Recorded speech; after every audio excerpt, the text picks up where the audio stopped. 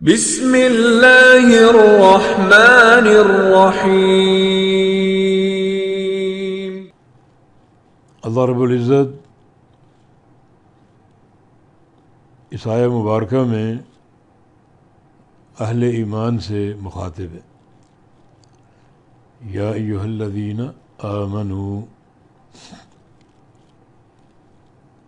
اے وہ لوگو جو ایمان لائے۔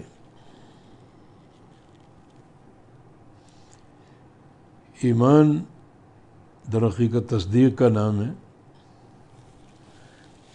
اور وہ 6 امور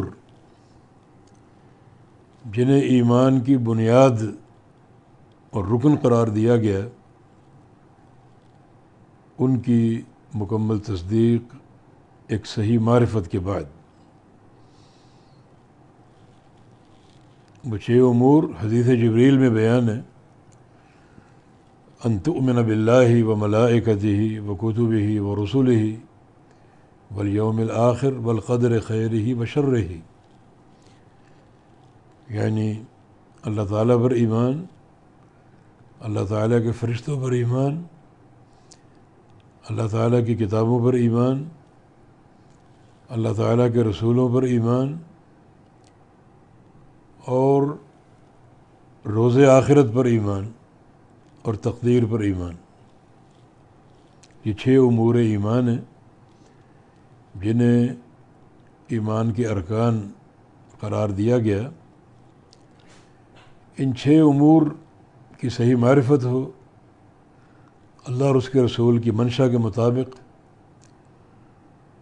اور مکمل تصدیق ہو، تو وہ بندہ مومن ہونے کے لائق ہے۔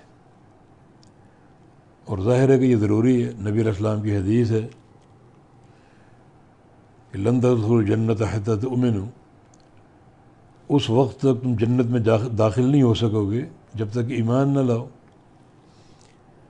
اور ایک اور حدیث میں آپ کا ارشاد ہے کہ لا تدخل الجنۃ الا نفس مؤمنہ، کہ جنت میں صرف مومن نفس، مومن جان داخل ہوگی۔ تو یا ایھا الذین آمنوا کا جو منصب ہے، جو اللہ تعالیٰ اہل ایمان سے مخاطب ہے، اسے پورا کرنا چاہیے امور ایمان کو مکمل سمجھنے اور ان کی تصدیق کے ساتھ۔ یہاں ایک بات اور ہم آسانی سے سمجھ سکتے ہیں، جو کتب علیکم الصیام ہے کہ تم پر روزے فرض کر دیے گئے، یہاں بھی اہل ایمان سے خطاب ہے۔ تو اس کا معنی یہ حکم جو ہے روزوں کا، یہ مشروط ہے صحت ایمان کے ساتھ۔ جو بندے مومن بن چکے، امور ایمان کو پہچان چکے اور ان کی تصدیق کر چکے، انہیں حکم دیا جا رہا ہے کتب علیکم الصیام کہ تم پر روزے فرض کیے گئے ہیں۔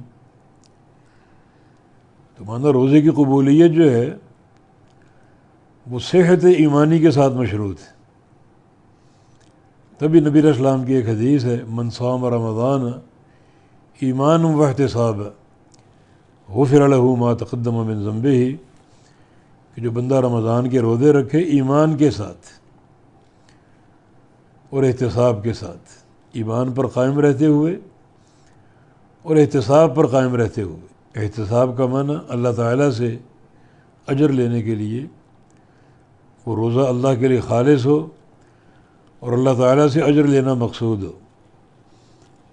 تو پھر ضروری ہے کہ کتب علیکم الصیام روزے سے قبل امور ایمان کی معرفت حاصل ہو اور ان کی مکمل تصدیق ہو۔ اور اگر کوئی دراڑ ہے ایمان کے تعلق سے، تو پھر کتب علیکم الصیام کا حکم بندے کے لیے قابل قبول نہیں ہوگا، اور اس کے روزے اللہ تعالیٰ کے ہاں شرف پذیرائی حاصل نہ کر پائیں گے۔